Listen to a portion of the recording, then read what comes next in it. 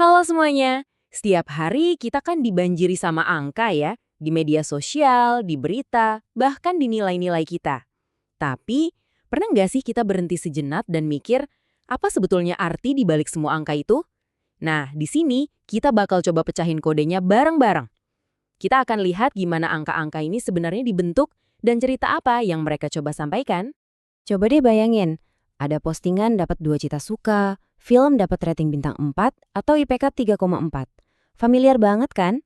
Tapi pernah nggak kepikiran, gimana caranya sebuah suka bisa jadi angka? Atau apa sih bedanya rating bintang 3 sama bintang 4? Nah, ini dia pertanyaan inti yang bakal kita jawab. Anggap aja ini peta investigasi kita. Pertama, kita bongkar dulu fondasinya. Terus kita kenalan sama biang keladinya, variabel. Setelah itu, kita pelajari alat ukurnya, kita pahami aturan mainnya, dan yang paling penting, kita bakal tahu kenapa semua ini krusial banget di dunia yang serba data ini. Oke, kita mulai ya. Poin pertama dan yang paling fundamental, angka dalam statistik itu nggak muncul gitu aja dari langit. Setiap angka, mau itu jumlah penonton video atau kecepatan mobil di speedometer, adalah hasil akhir dari sebuah proses yang kita sebut pengukuran. Nah, sebelum kita bisa ngertiin sebuah angka, kita kan harus tahu dulu apa sih yang sebenarnya lagi diukur. Disinilah kita ketemu sama konsep kunci pertama kita, yaitu variabel. Gampangnya gini, variabel itu kayak sebuah wadah yang isinya bisa berubah-ubah. Coba bayangin ada kotak namanya usia. Nah, isi kotak itu bisa angka 18, bisa 25, bisa juga 40. Macam-macam kan? Karena isinya bisa bervariasi, makanya usia itu kita sebut sebagai variabel. Contohnya, banyak banget di sekitar kita. Usia setiap orang jelas beda. Jenis kelamin bisa laki-laki atau perempuan. Jumlah suka bisa dari 0 sampai jutaan. Kepuasan pelanggan bisa puas banget, bisa biasa aja. Semua ini adalah variabel. Kenapa? Ya karena nilainya itu nggak tetap, bisa beda-beda untuk setiap orang atau setiap kasus. Oke, di sini ceritanya jadi makin menarik nih. Coba pikirin, ngukur tinggi badan kan gampang ya, tinggal pakai meteran. Tapi, gimana caranya kita ngukur kebahagiaan? Nah, ternyata ada dua jenis variabel yang harus kita bedain. Jadi ada dua dunia pengukuran nih. Di satu sisi ada variabel manifest, ini adalah hal-hal yang bisa langsung kita lihat dan hitung. Gampang. Di sisi lain ada variabel laten. Nah ini konsep-konsep abstrak kayak kecerdasan atau loyalitas yang nggak bisa kita lihat pakai mata. Jadi kita butuh cara yang lebih cerdas buat ngukurnya. Variabel manifest ini yang paling gampang deh. Berapa jumlah followers kamu? Ya tinggal lihat aja angkanya.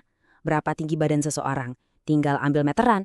Datanya itu kelihatan jelas, ada di depan mata kita. Nah, ini dia bagian yang agak tricky. Gimana cara kita mengukur kualitas sebuah acara TV? Kualitas buat saya mungkin alur ceritanya yang seru, tapi buat Anda mungkin sinematografinya yang indah. Beda-beda kan? Nah, karena ini abstrak, langkah pertamanya adalah kita harus definisikan dulu apa itu kualitas. Baru setelah itu kita bisa bikin alat ukurnya. Biasanya pakai kuesioner buat nangkap konsep itu. Oke, kita udah tahu apa yang diukur. Sekarang, kita perlu tahu aturan mainnya. Inilah yang disebut skala pengukuran. Anggap aja ini kayak buku manual buat setiap angka yang kita punya. Bayangin deh, ini tuh kayak kita lagi naik tangga. Ada 4 anak tangga.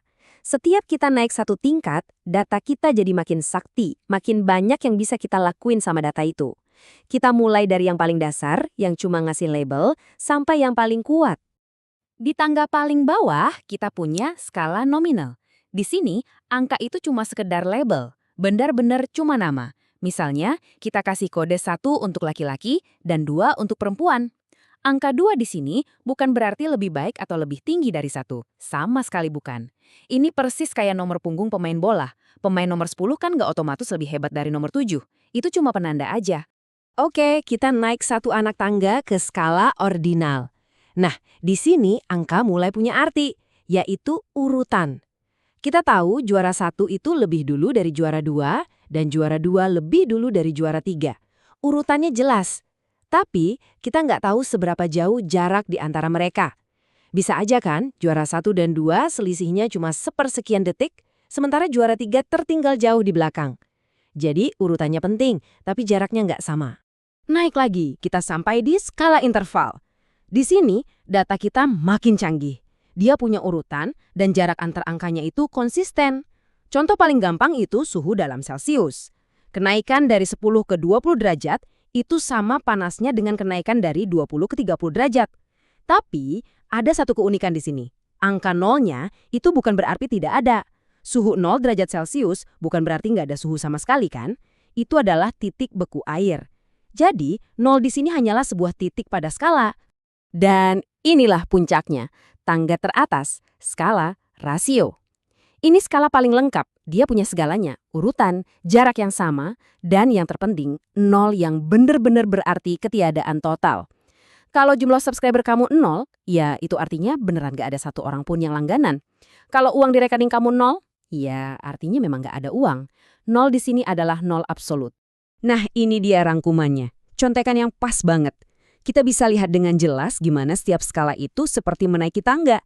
Mulai dari nominal yang cuma bisa kasih label, ordinal yang nambahin urutan, interval yang nambahin jarak yang sama, dan rasio yang menyempurnakannya dengan 0 absolut.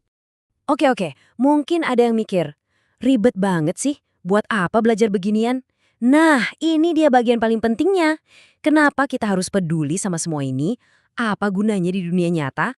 Coba saya tanya, kalau laki-laki kita kasih kode 1 dan perempuan kode 2, terus kita hitung rata-ratanya dan dapat angka katakanlah 1,5.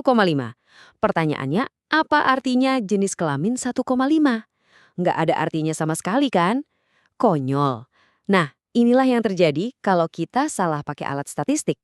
Dan inilah kesimpulan utamanya. Skala data yang kita punya itu yang menentukan jenis perhitungan matematis apa yang boleh kita pakai.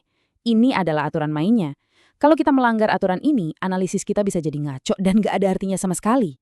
Jadi, gimana cara mencocokkannya? Gampang banget. Kalau data kita cuma label atau nominal, kita cuma bisa hitung mana yang paling sering muncul.